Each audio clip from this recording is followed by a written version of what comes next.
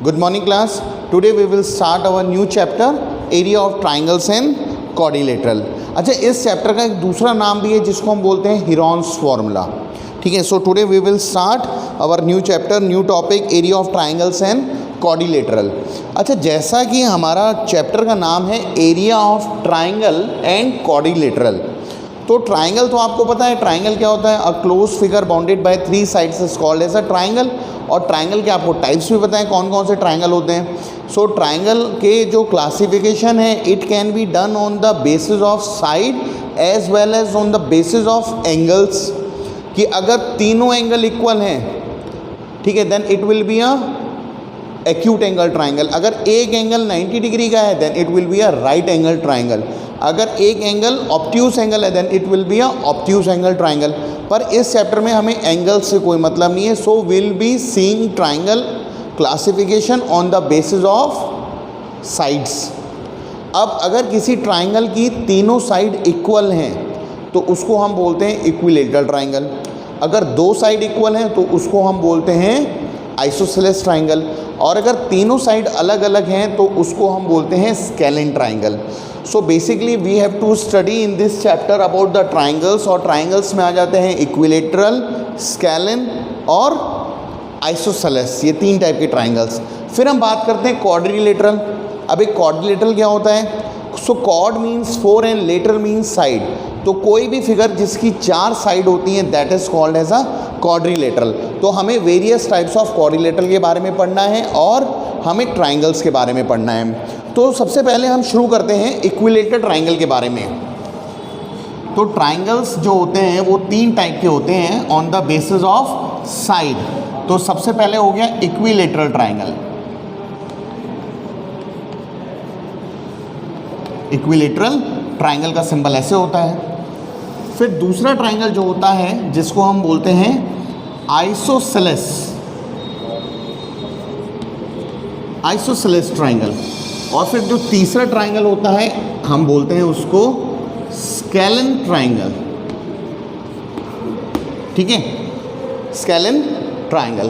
तो equilateral triangle क्या होता है? जिसकी थ्री साइड्स आर इक्वल. जैसे मान लो मैंने एक ट्राइंगल बनाया, ठीक है, इस ट्राइंगल का मैंने नाम रख दिया ABC. तो ये इक्विलेटरल कब कहलाएगा? जब इसकी तीनों साइड इक्वल हैं. ठीक है. अब हम बात करते हैं इस इक्विलेटरल ट्राइंगल के एरिया की. So area of equilateral triangle is equal to √3/4 into side square. √3/4 into side square. तो ये होता है √3/4 into side square. This is the area for the equilateral triangle. अच्छा, अगर इक्विलेटरल ट्राइंगल में हाइट निकालनी है सो हाइट का भी एक फॉर्मूला होता है दैट इज √3/2 इंटू साइड. ठीक है. अगर हम बात करें इस इक्विलेटरल ट्राइंगल के पैरामीटर की, सो कोई बताएगा पैरामीटर क्या होता है? So parameter is the sum of all the sides. Sum of all the sides, सारी साइडों को सम कर दें. तो मान लो अगर इसकी साइड को मैंने A ले लिया, ठीक है, तो A क्या हो जाएगा? 3A. So what is the parameter? Parameter is the sum of all sides. So sum of all sides ही लिख दे रहा हूँ क्योंकि ऊपर हम साइड ही चला रहे थे. सो this is everything is about this is complete information about equilateral triangle. Equilateral triangle क्या होता है? जिसकी तीनों साइड इक्वल होती हैं. एरिया ऑफ इक्विलेटरल ट्राइंगल का फॉर्मूला होता है √3/4 इंटू साइड स्क्वायर. हाइट का फॉर्मूला होता है √3/2 इंटू साइड.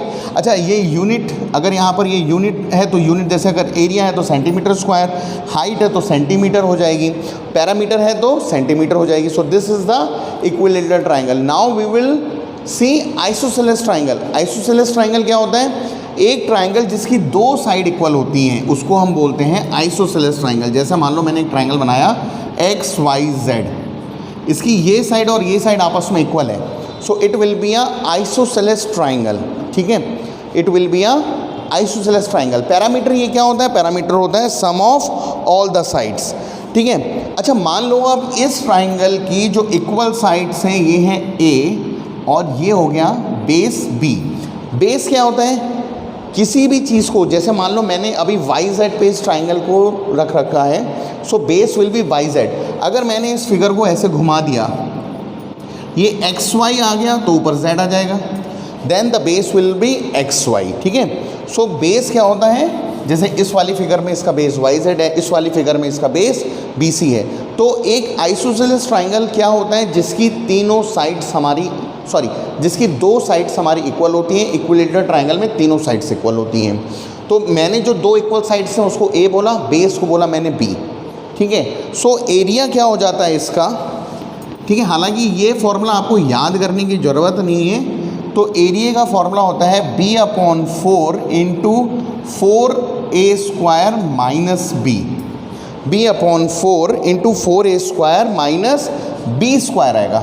ठीक है, this is the formula for area of a isosceles triangle. ठीक है, ये फॉर्मूला याद करने की ज़रूरत नहीं है, सिर्फ ये मैंने आपको बता दिया है कि what is the formula for the area of a isosceles triangle. Isosceles triangle जिसकी दो साइड इक्वल होती हैं, तो मैंने इक्वल साइड को ए ले लिया, नीचे वाले को बी ले लिया। तो एरिया होता है b/4 under root 4a² minus b²। अच्छा, अगर मान लो सेंटीमीटर में है तो सेंटीमीटर का स्क्वायर हो जाएगा, तो b/4 into 4a² minus b²। This is the formula for area of a isosceles triangle. Now we will see scalene triangle. This whole chapter is about this triangle, that is scalene triangle. तो scalene triangle जो होता है, ठीक है, ये जो पूरा chapter है, हेरॉन्स फॉर्मूला भी इसको बोलते हैं, ये पूरा चैप्टर स्केलिन ट्राइंगल के ही ऊपर नीचे आगे पीछे घूमेगा, यानी हर जगह इसमें स्केलिन ट्राइंगल ही दिखेगा आपको। ठीक है, तो बेसिकली स्केलिन ट्राइंगल क्या होता है, एक ट्राइंगल जिसकी साइड अलग अलग होती हैं। ठीक है, जैसे ये मैंने मान लिया ए, ये मैंने मान लिया बी, ये मैंने मान लिया सी। तो एक ट्राइंगल जिसकी तीनों साइड अलग अलग होती हैं उसको हम बोलते हैं स्केलिन ट्राइंगल। फिर से मैं बता रहा हूँ, इक्विलेटरल ट्राइंगल जिसकी तीनों साइड इक्वल होती हैं, आइसोसेलेस जिसमें दो साइड इक्वल होती हैं, स्केलिन जिसमें कोई भी साइड आपस में इक्वल नहीं है। ठीक है, तो अब हम इसके बात करते हैं पैरामीटर की। सो पैरामीटर हमें पता है कि parameter is equal to sum of all the side. तो इसका जो पैरामीटर होता है उसको हम बोलते हैं 2s। क्या बोलते हैं, 2s। और पैरामीटर क्या होता है, parameter is equal to a plus b plus c. ठीक है, सो पैरामीटर को हम बोलते हैं 2s और पैरामीटर का फॉर्मूला होता है a प्लस बी प्लस सी। अच्छा, पैरामीटर का हाफ कर देंगे तो उसको हम बोलते हैं सेमी पैरामीटर। सो सेमी पैरामीटर मतलब 2s का हाफ कर दिया, यानी s, या फिर इधर चला गया, s is equal to half of a plus b plus c. ठीक है, so s is semi parameter, इसको हम बोलते हैं half of a plus b plus c. अब हम करेंगे इसका एरिया। सो एरिया के लिए, area of a scalene triangle is given by under root s मतलब semi parameter into s minus a, मतलब सेमी पैरामीटर में से पहली साइड को माइनस करेंगे, फिर s माइनस b दूसरी साइड को माइनस करेंगे, and then s minus c। So this is the formula for the area of a scalene triangle. Is that clear? Now मैं एक बार तुरंत देखो, ये chapter is about triangles and quadrilateral. Triangle can be classified on the basis of angle as well as on the basis of side. Angle की इसमें हमें जरूरत नहीं है, so we will see the classification of triangle on the basis of side. अगर तीनों side equal हैं then equilateral triangle, दो साइड इक्वल हैं तो आइसोसेलेस ट्राइंगल, और अगर तीनों साइड अनइक्वल हैं, अलग अलग हैं, तो उसको हम बोलते हैं स्केलिन ट्राइंगल। ठीक है, इसी चैप्टर का दूसरा नाम है Heron's formula. So this is all about triangles. Now we will study about the quadrilateral. सो अभी मैंने बताया था what is a quadrilateral. Any quad मतलब 4, लेटरल मीन्स साइड, तो any figure having 4 side is called as a quadrilateral. अब quadrilateral कौन कौन सा आता है, सबसे पहले आता है स्क्वायर, फिर स्क्वायर का भाई होता है रोम्बस, फिर होता है रेक्टेंगल, रेक्टेंगल से बनता है पैरेललोग्राम, फिर वहाँ से बनता है ट्रपेजियम, वहाँ से बनती है काइट। ठीक है, तो ये सारी फिगर्स हमें देखनी है। You have to note down the formula. अच्छा, parameter of scalene triangle is equal to 2s, ये याद रखना। So 2s is equal to a plus b plus c. अगर पैरामीटर 2s है तो सेमी मतलब उसका आधा हो जाएगा, तो सेमी पैरामीटर क्या हो जाएगा, s। तो s is equal to half of a plus b plus c. तो एरिया कैसे निकलता है, under root of s into s minus a into s minus b into s minus c. ठीक है, note down this formulas, then we will rub the board and we will start the quadrilateral. Now let's start quadrilateral. तो क्वाड्रिलेटरल का classification देख लेते हैं। सबसे पहले आ जाता है क्वाड्रिलेटरल में स्क्वायर। स्क्वायर क्या फिगर होती है? जिसकी चारों साइड आपस में इक्वल होती हैं। ठीक है, सपोज ये मैंने ए मान लिया, तो ए चारों साइड इक्वल होंगी। मैं जल्दी से स्क्वायर की और भी प्रॉपर्टीज़ बता दे रहा हूँ। स्क्वायर के डायगोनल भी आपस में इक्वल होते हैं और स्क्वायर में सारे एंगल 90 डिग्री के होते हैं। ठीक है, सो अगर हम स्क्वायर की बात करें, सो what will be the area of square? So area of square का फॉर्मूला होता है साइड स्क्वायर। सो साइड का स्क्वायर मतलब ए का स्क्वायर भी आप लिख सकते हैं, और यूनिट अगर सेंटीमीटर में तो सेंटीमीटर स्क्वायर, मीटर में तो मीटर स्क्वायर, तो यूनिट स्क्वायर। यूनिट लिखना बहुत ज़रूरी है, मैं अभी नहीं लिख रहा हूँ। ठीक है, अब फिर हम बात करते हैं पैरामीटर की। पैरामीटर मैंने अभी बताया, पैरामीटर कहलाता है sum of all the side. So a plus a plus a plus a is 4 into a, यानी 4 इंटू साइड। सो पैरामीटर होता है हमारा 4 इंटू साइड। फिर हम बात करते हैं इसके डायगोनल की। तो देखो डायगोनल में मैंने अभी बताया ये 90 डिग्री है, तो ये एक राइट एंगल ट्राइंगल बन गया हाइपोटोनियस, और हमें पता है हाइपोटोनियस का square is equal to perpendicular का स्क्वायर प्लस बेस का square. Hypotenuse will be the diagonal, so hypotenuse का square is equal to perpendicular क्या है? ए का स्क्वायर प्लस बेस क्या है? ए का square. A square will become 2a square, this is our hypotenuse का square. So hypotenuse will come out under root 2a, मतलब ए बाहर आ जाएगा यहाँ से, सो a इंटू रूट 2। ठीक है, a into root 2। So what will be the diagonal? Diagonal की value हो जाएगी रूट 2 इंटू ए, या a इंटू रूट 2, a की बात होती है। ठीक है, अच्छा a की जगह हमने यहाँ पर साइड लिखा, तो यहाँ पर भी मैं साइड लिखूँगा। So root 2 into side. ठीक है, so this is all about square. तो स्क्वायर में मैं एक बार जल्दी से बता दूं, स्क्वायर क्या होता है? जिसकी चारों साइडें इक्वल होती हैं, सारे एंगल 90 डिग्री के होते हैं। ये 90, ये भी 90, ये 90, ये 90, चारों साइड इक्वल हैं। इसके डायगोनल्स भी इक्वल होते हैं। ठीक है, so now we will see rhombus. Second is rhombus. Quadrilateral मतलब जिसमें 4 साइड हैं। तो रोम्बस को हम बोलते हैं स्क्वायर का बिगड़ा हुआ भाई। बिगड़ा हुआ भाई क्यों? देखो स्क्वायर में चारों एंगल 90 डिग्री के होते हैं, रोम्बस में एंगल 90 डिग्री के नहीं होते हैं, पर साइडें सब इक्वल होती हैं। तो स्क्वायर को हम कुछ इस तरीके से बनाते हैं, थोड़ा सा टेढ़ा बना देते हैं। टेढ़ा इसलिए ताकि एंगल इसमें 90 डिग्री के ना दिखें।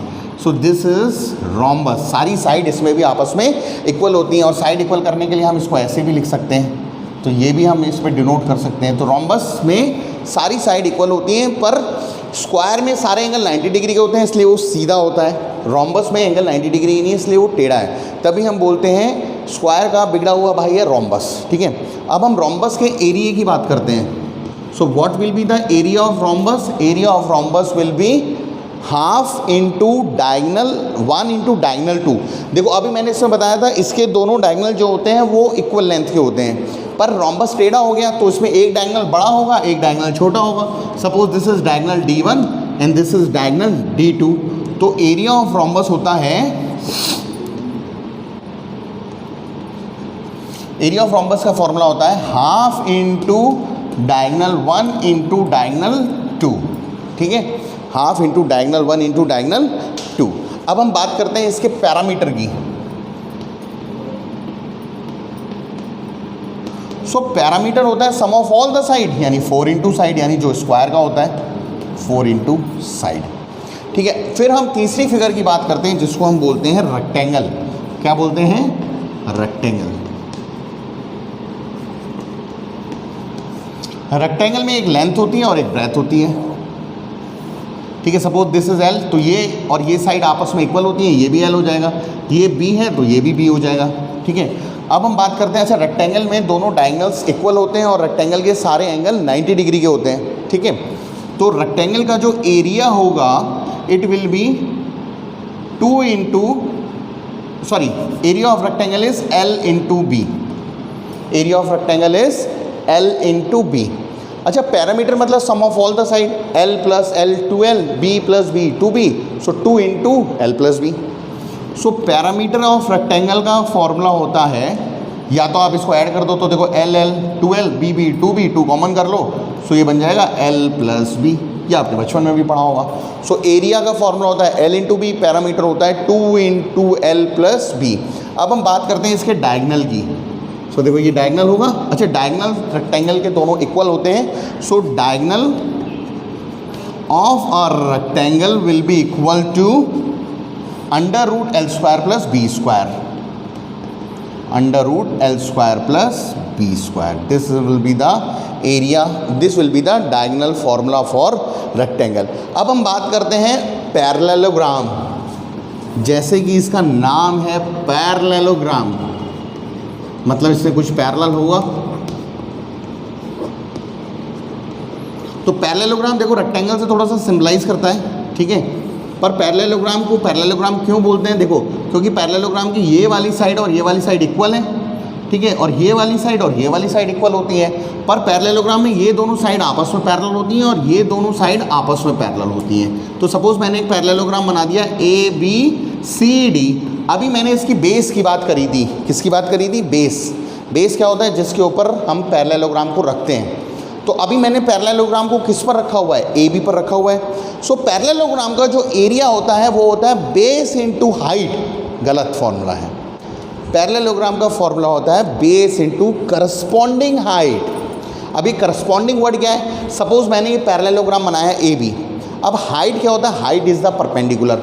मैंने यहाँ से एक परपेंडिकुलर डाल दिया, सो और इसका नाम दे दिया डी एम।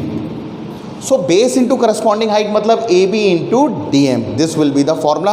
पर अगर मान लो मैंने पैरेललोग्राम कुछ इस तरीके से बनाया कि ये है ए बी और ये है सी डी, ठीक है, और मैंने हाइट यहाँ से इस पर डाली, ये 90 डिग्री 2D फिगर है ना, तो इसलिए ये 90 डिग्री हो गया।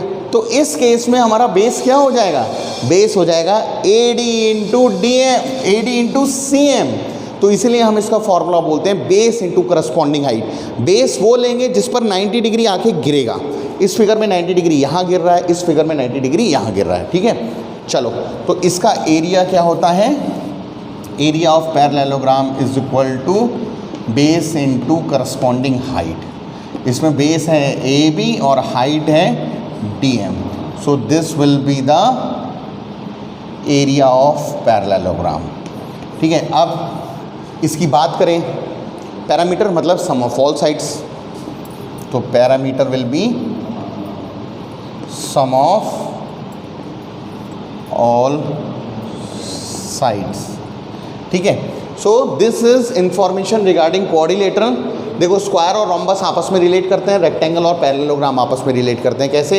ये साइड इसके इक्वल, ये साइड इसके इक्वल, ये वाली साइड इसके इक्वल, ये साइड इसके इक्वल, ये इसके पैरेलल, ये इसके पैरेलल, ये इसके पैरेलल, ये इसके पैरेलल। पर रेक्टेंगल में diagonals are of equal length, parallelogram में ऐसा नहीं होता है। चलो, अब इसके बाद हम जल्दी से दो चीज़ें और देख लेते हैं जो इस चैप्टर में हमें ज़रूरत पड़ेगी, ठीक है। पहला होता है सर्कल और एक होता है ट्रपेजियम। काइट बाद में देखेंगे, काइट का भी क्वेश्चन है, पर काइट देखेंगे कि इस बार है कि नहीं है, नहीं तो काइट आपको बाद में कराएंगे। काइट कराएंगे क्वाड्रिलेटरल चैप्टर जब पढ़ेंगे उसमें, ठीक है। अब हम बात करते हैं सर्कल की। सर्कल के बारे में पूरी दुनिया जानती है कि circle is a collection of all those points which are at a fixed distance from a fixed point.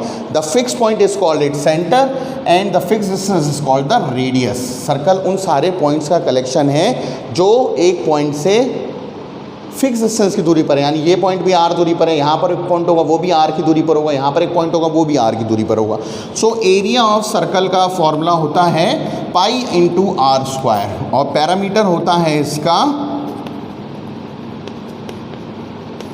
2 pi are, ठीक है। पैरामीटर होता है 2 पाई आर। अब हम बात करते हैं नेक्स्ट फिगर जो कि है हमारी ट्रपेजियम। ट्रपेजियम बहुत इंपॉर्टेंट फिगर है क्योंकि ट्रपेजियम के क्वेश्चन पेपर में बहुत आते हैं, ठीक है। तो ट्रपेजियम आप ध्यान से सीखिएगा। ट्रपेजियम एक ऐसी फिगर है जिसमें दो साइड पैरेलल होती हैं और दो साइड नॉन पैरेलल होती हैं। अब जो नॉन पैरेलल साइड हैं वो या तो इक्वल हो सकती हैं या अनइक्वल होंगी। अगर ये दो नॉन पैरेलल साइड इक्वल होती हैं तो उसको हम बोलते हैं आइसोसेलेस ट्रपेजियम। और अगर नॉर्मल ये जो नॉर्मल जो साइड्स हैं जो पैरेलल नहीं है वो अनइक्वल हैं तो उसको हम बोलते हैं एक स्केलिन ट्रपेजियम या नॉर्मल ट्रपेजियम। तो ट्रपेजियम भी दो टाइप का होता है, आइसोसेलेस एंड स्केलिन। अगर नॉन पैरेलल साइड्स अगर इक्वल हैं तो ये वाली साइड और ये वाली साइड अगर इक्वल नहीं है तो स्केलिन, और अगर इक्वल हैं तो आइसोसेलेस। अच्छा, पर ट्रपेजियम में ये साइड और ये साइड पैरेलल होंगी, ठीक है, ये दो साइड इक्वल हो भी सकती हैं, नहीं भी हो सकती हैं। तो मान लो मैंने एक ट्रपेजियम बना दिया, इस ट्रपेजियम का जो फॉर्मूला होता है, एरिया ऑफ ट्रपेजियम का जो फॉर्मूला होता है, that will be equal to half into sum of parallel sides into height. और हाइट ये मैंने एक हाइट ले ली, ठीक है। तो सपोज़ ये बना दिया मैंने AB, ये बना दिया मैंने CD और ये बना दिया मैंने DX। So half into sum of parallel side. Parallel side कौन कौन सी है? AB प्लस CD, और हाइट को मैंने मान लिया DX। So this will be the formula for the trapezium. Is that clear? So in today's figure in today's video we have completed introduction part of triangles and quadrilateral.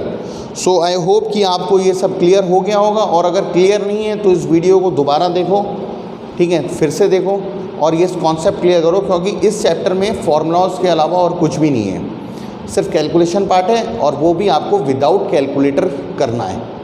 किसी को कोई doubt है then you can send me your queries. So that will be all for today. Thank you.